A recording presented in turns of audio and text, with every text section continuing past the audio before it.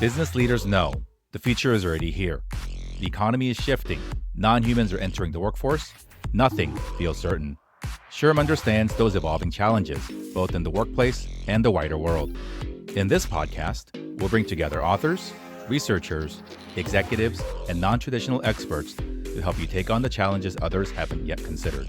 Because you don't need to be a futurist, you need actionable insights now. You need to be a Tomorrowist. I'm Jerry Wan. Welcome to this week's episode of Tomorrowist. If the past few years have taught us anything, it's that uncertainty is the new constant. The ability to adapt quickly isn't just a competitive advantage, it's a necessity. This week, we're asking, how can organizations lead more effectively through uncertainty? And why is decentralizing decision-making the key to doing it well? Joining us is Jeffrey Beeson, founder of Ensemble Enabler and author of Network Leadership, Promoting a Healthier World Through the Power of Networks. Jeffrey, welcome to Tomorrowist. Well, thank you. Thank you, Jerry. In your book, Network Leadership, which you published just last year, a brand new book, you make a compelling case for why today's challenges demand a different kind of leadership, one rooted in relationship and not just roles and hierarchy. Share with us, what exactly is network leadership and how does it differ from the more traditional hierarchical leadership models that we're used to? Right. So the book is called Network Leadership, and it's a term that I consciously picked because of network science. Network science is a new science that has been around for only about 20 years, but it's informing us about a lot of how complex systems work. I'll get more into that probably later. But let me just explain what network leadership is. Uh, First of all, when people think of network leadership, they often assume it's about networking, building contacts or going to events or collecting LinkedIn connections. But that's not what it is. Network leadership is something else entirely. It's a way of seeing and leading organizations as they truly are. Not machines, but networks of people connected by relationships, information, trust, and purpose. Most traditional models are built on linear thinking: plan, execute, control, sort of a cause and effect. But that's not really how organizations work, especially not in today's fast moving, complex world.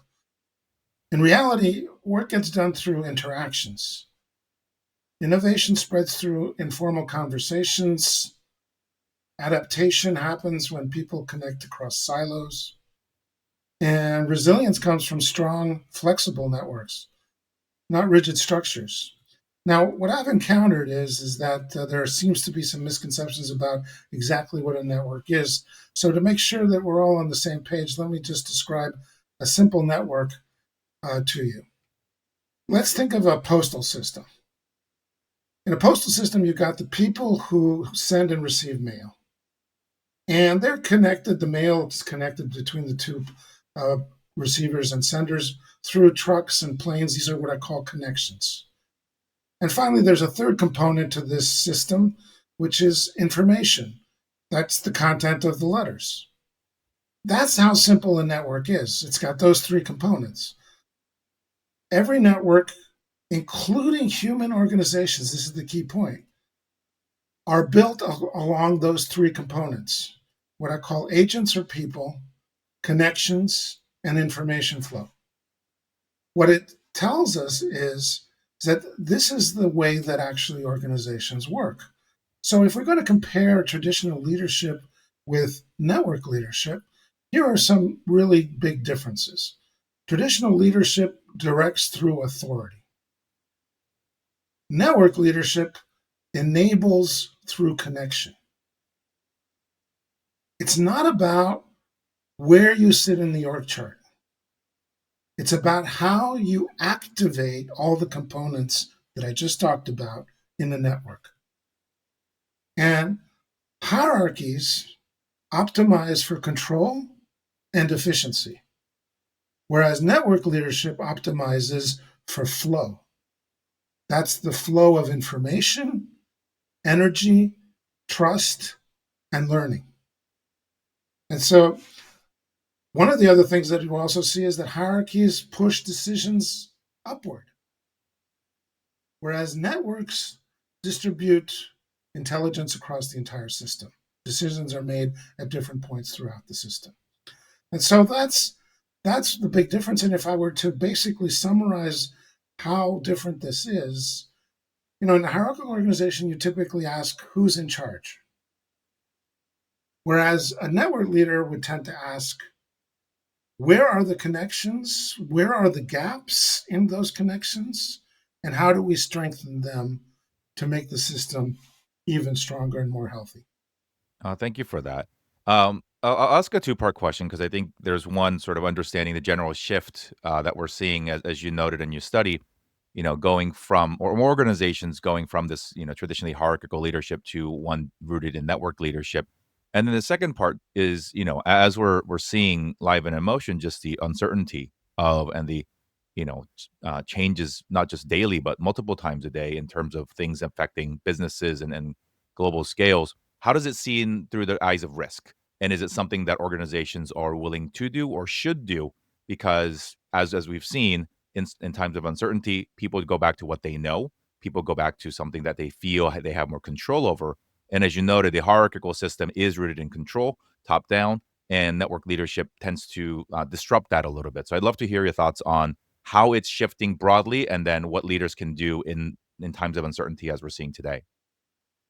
Yeah, Jerry, you're talking about the critical issue as to why, I mean, to a certain degree, whenever anything is not familiar, then it feels like a risk, and therefore better to stick with the tried and true than to move into something that seems so completely different. And I, we have to be honest about this. There are certain things that are quite different in a network leadership approach. But here's the thing. The thing is that if you don't move in this direction, you're going to be disrupted and you are going to fail. And I mean, that's the story of organizations for the last, ever since we've entered into the digital era. They're constantly being disrupted by competitors that come out of nowhere, and they don't know how to react. And part of the reason that is happening, and it's really critical to understand that, is that networks themselves have changed in the way in their dynamics. So, for instance, the cost of connection it's gone way down. I mean, it used to cost a fortune to call somebody, and now it's free on Zoom, right? And you can even get a video on top of it. And the amount of information flowing those connections is just exponentially grown. And so the dynamics of networks have changed completely. And what that means is that then also the interactions and feedback loops in the network are accelerated, and it just creates complexity at a degree that we're not used to. And there's only one way to deal with complexity. That is with networks, because networks are basically what are causing the complexity. So, in order to address the complexity, you need to address it with networks. But what hierarchical organizations are trying to do is somehow erase the complexity, trying to get rid of it, somehow trying to simplify it. That's not going to happen. It's actually going to get more complex as we go forward. So, there are really legitimate, and I understand this, legitimate issues about moving in this direction because it does feel so different. But I would have to say that they're definitely, this is the only way of dealing with all of this uncertainty in a flexible way. Because network organizations, and we can talk about examples of it because there are some organizations that have moved in this direction, will completely outcompete a hierarchical organization. They're much more flexible, adaptable, innovative, and hierarchical organizations don't stand a chance. Let me give you an indication of that. The life expectancy of an organization, of a Standard and Poor's organization, back in the 1970s was close to 40 years of life expectancy. Today, it's closer to half that, and the predictions are it's going to go down to 15 years. Companies cannot survive unless they shift. And in a sense, that is what our era is asking of us, is that we make the shift into a new form of organizing work, because the old work doesn't function. It doesn't function the way it needs to. It's not fast enough. Think about decisions that have to go through a central authority and have to percolate up to that, and decisions being made by people who are not on the front line seeing what's happening in the marketplace. and all the time delay that occurs there. That's what current organizations are doing, as opposed to empowering people on the front lines to do and make the decisions that are needed on the spot. I thank you for that. Suffice to say, I think one of the other key words that or topics that we hear a lot right now is efficiency. Um, how does, in your opinion, network leadership make an organization more efficient, and what are some of the risks involved with leading with efficiency when it comes to transitioning from a hierarchical leadership model to a network leadership model? Actually, that's a really good question, Jerry. Um, Actually, efficiency is one of the enemies of the network leadership style, and one of the reasons that is that because efficiency is about linear thinking. It's about getting the most out of your resources possible, but it leaves you very unresilient. It leaves you vulnerable. I mean, think of just-in-time inventory. If one of the suppliers all of a sudden can't deliver, maybe your whole production line goes under. That is what efficiency brings you. Of course, the rationale behind it is that it can help you to maximize profits, but it makes you less resilient. And what networks do, and what networks do very well, is create redundancy, which is the opposite of efficiency. They create different pathways, different ways of getting to the same goal and circumventing any issues that happen. But if you take a look at any living system, which is a complex system, they have ways of supporting redundancy. So, for instance, your brain has two arteries of blood going to it, so that if one, for whatever reason, fails, you're still going to get blood to your brain so that this whole system doesn't die. That's not efficiency, that's redundancy, and that is how networks work. And so, interestingly enough, actually, efficiency is one of the things that is preventing network leadership from really taking hold. And so that is one of the mindset shifts that needs to occur in order to really understand how to create an organization that can withstand the shocks that are coming at them on an everyday basis. In your book and in your work, you describe a transition from a VUCA world, and we know what that means: volatile, uncertain, complex, and ambiguous, highly relevant terms today, into a world that's rooted more in the WISE model. And the WISE model that you coined is whole, interconnected, systemic, and energized. Explain to our audience sort of what that shift is, and then why you advocate for that shift.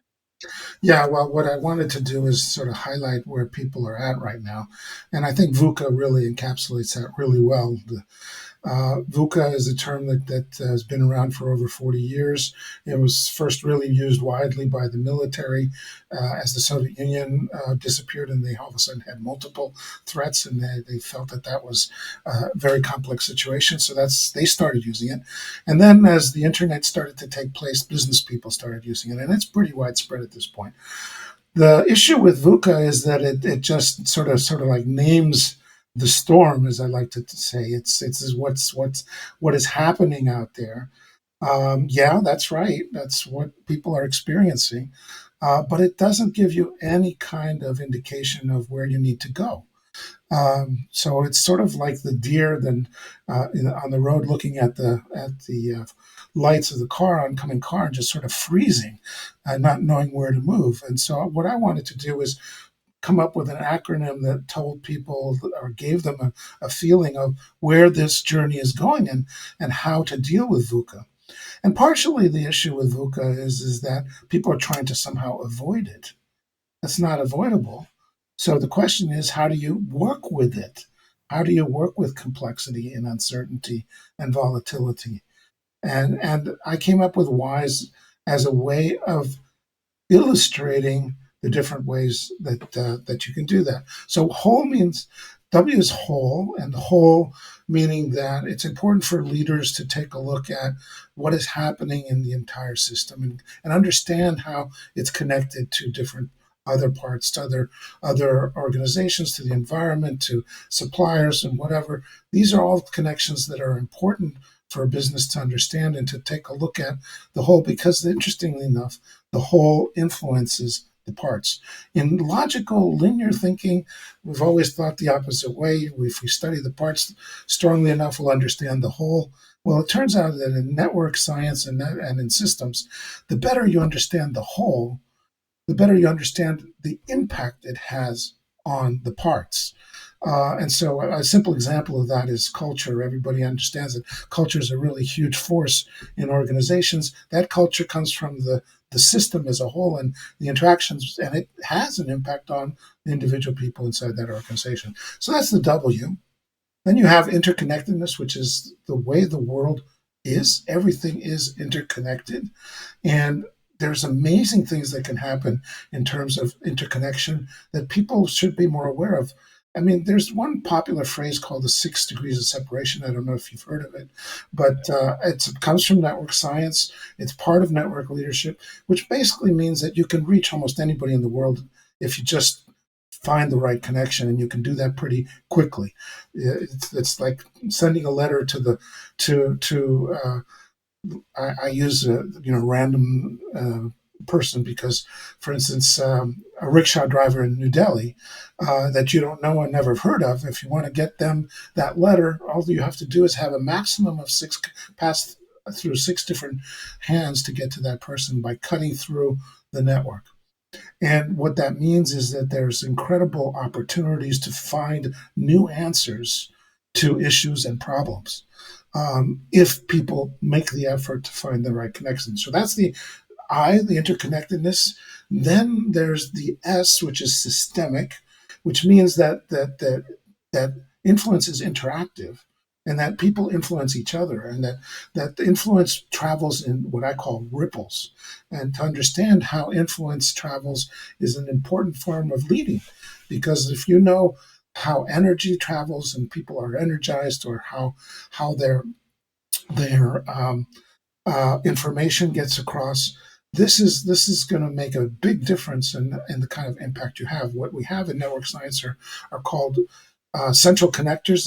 These are people with a lot of connections, and they can have tremendous influence on people all around them. And by harnessing that force, you can make tremendous impact on what's happening.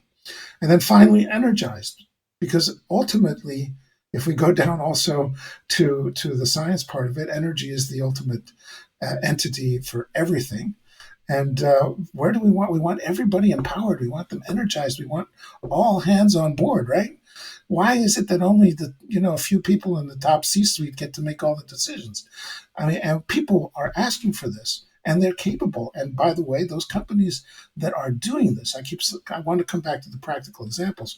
I'm going to give you an example here because I think it's really important of a company in the United States that's gone the full network leadership route. And everybody knows this company. It's General Electric Appliances. And they've broken down the company into micro enterprises that are then interconnected with each other. Everyone in the micro enterprise has full decisions over how people get compensated and who gets hired. That doesn't get decided by anybody centrally. It's done in the little teams. These teams are 5 to 10 people. And by the way, they don't get a salary. They get compensated for the kind of value they're creating for the customers. And this is revolutionary, but guess what? General Electric Appliance has been growing at double-digit rates for 6 years, solid in a market that's maybe growing at a 2%. And this is the kind of results you're seeing. And so I may sound a little bit theoretical, but this has incredible practical consequences. So you bring up a great point, right? Because you also stress, this importance of decentralized decision making. Decisions from the edges, not from the core. From the entire network, not just from the top down. What are some of the things that leaders can learn from other organizations doing it, and from trusting the science? Because a lot of organizations talk about the need to be agile, right? Agility, but it's not just about speed or efficiency, as we've discussed. Um, what are some things that organizational leaders can do? And then on the flip side of the same question, what are some of the things that they should be watching out for so that they don't fall into the similar traps of comfort of hierarchy, but also making sure that they set up their teams and their people for success? I think there's a couple questions you're asking here, if I understand it correctly. One is, what sort of things do they need to pay attention to in terms of making this shift? And the other one was, what can they learn from the edges? Yeah. Um, okay. Um, let me talk about the shift, because this is really an important question, and in a sense, it's um, it's the question that's going to be driving most companies whether to go this route or not. And what I would like to suggest is that this is not something that necessarily is a difficult thing. It may feel difficult, but it's not necessarily. Um, there are certain things and certain mindsets that you need to shift, and those are going to um, be more along things that, the problem is that we've learned how to do things in a certain way, and it's about telling, it's about being the person who has the answers, and this kind of leadership is completely opposite. It's already starting from the position that I don't have the answers. And there's thousands of people out there in our organization who might just have a better answer than I do, and my job is to find those people and get them involved.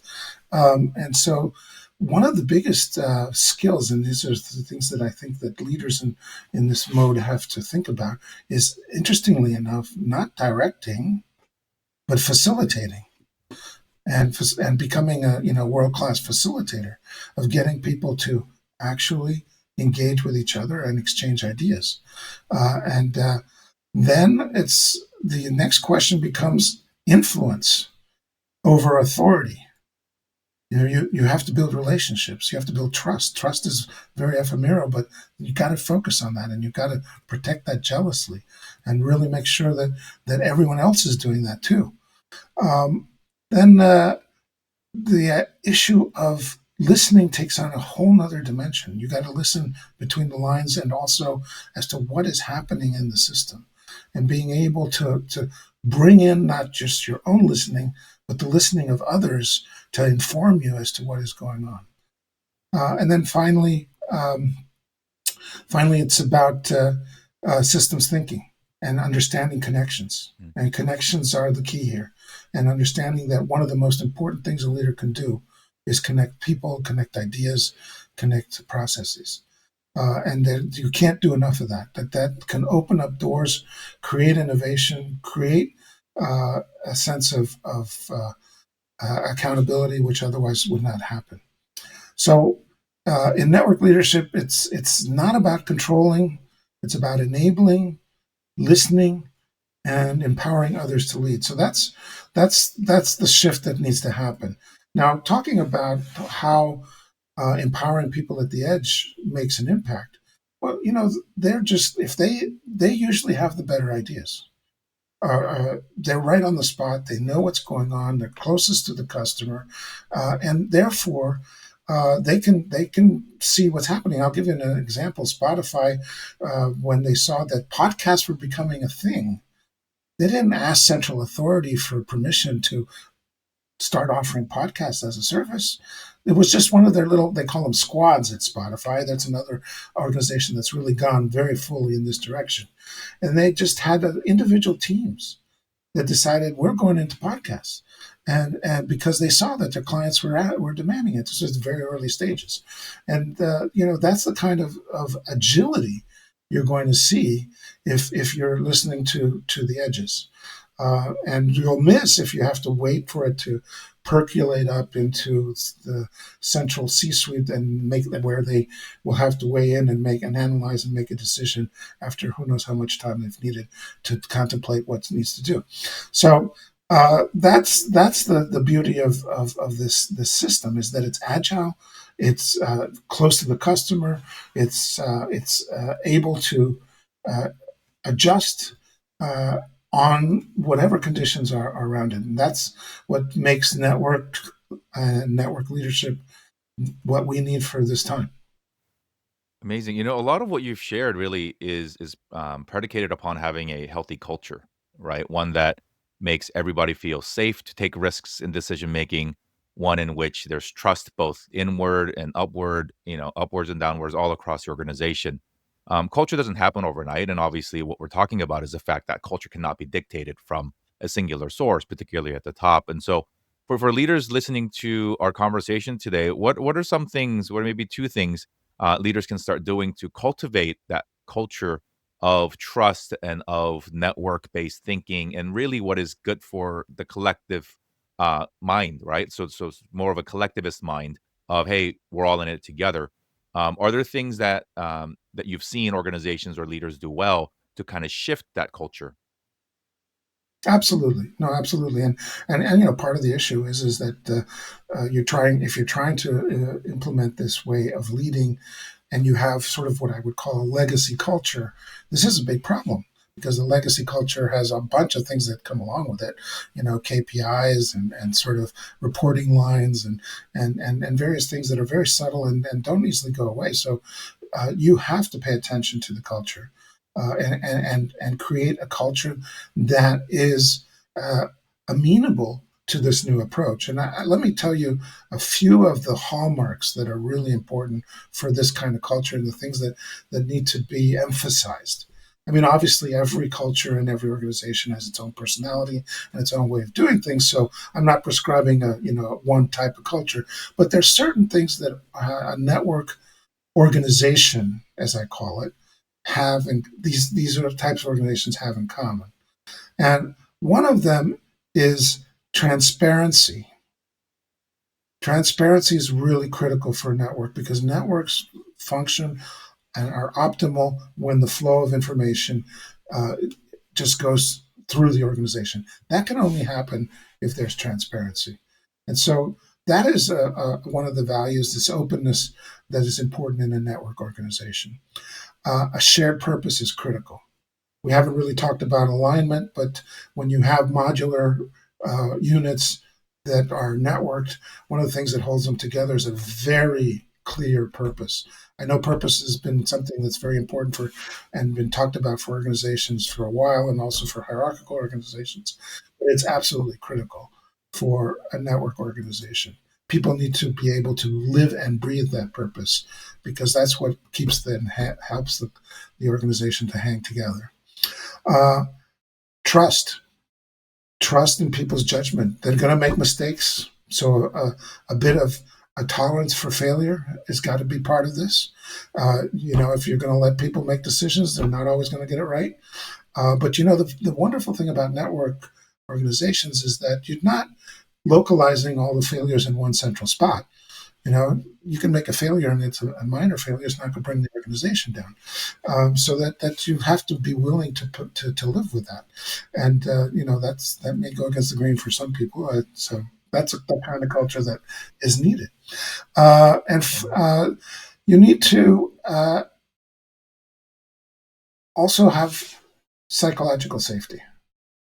Because what you're asking for people to do is to come out and speak their minds. You want them to participate, to be engaged. And without psychological safety, that's not going to happen. So those are some of the characteristics that I think every network organization would have to work on. And certainly anybody that's thinking of heading this direction should be looking at those issues very closely. Sure, and if we study the world's, best cultures, whether in the business or in just society, cultures take a long time, right? Cultures take a lot of, especially in the trust and safety space.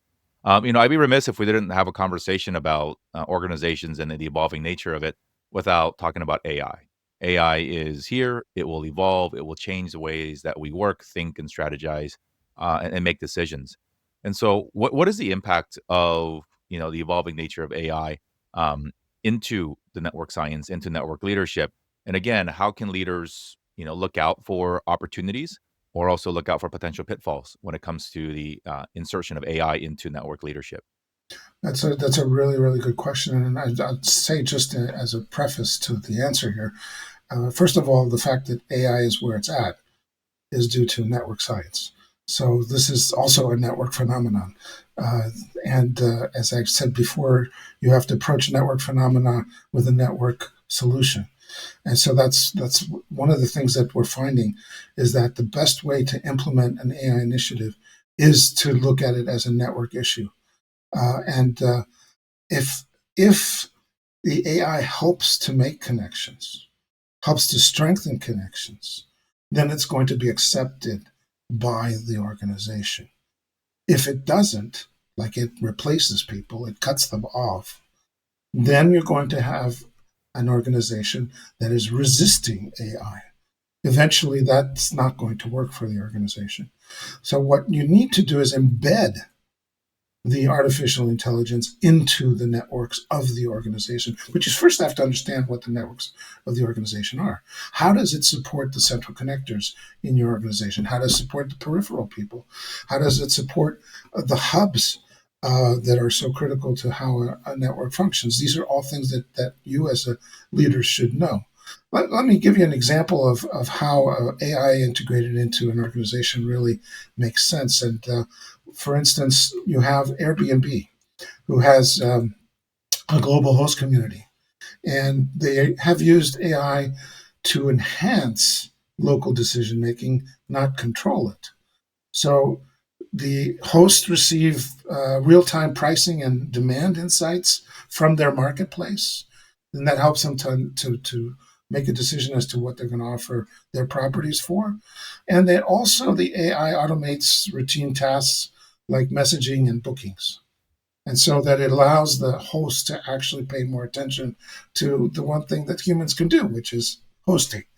And that's, I think, a really nice integration of AI into an existing business. How do you support the people in the network so that they can do their work even better? And to strengthen the connections. And there's also connecting people is something that AI can do very well. And if that is how AI is being used, I think you're going to find that there's no resistance in the organization. As a matter of fact, there'll be an acceptance and an enthusiasm for how it's simplifying their work and their lives.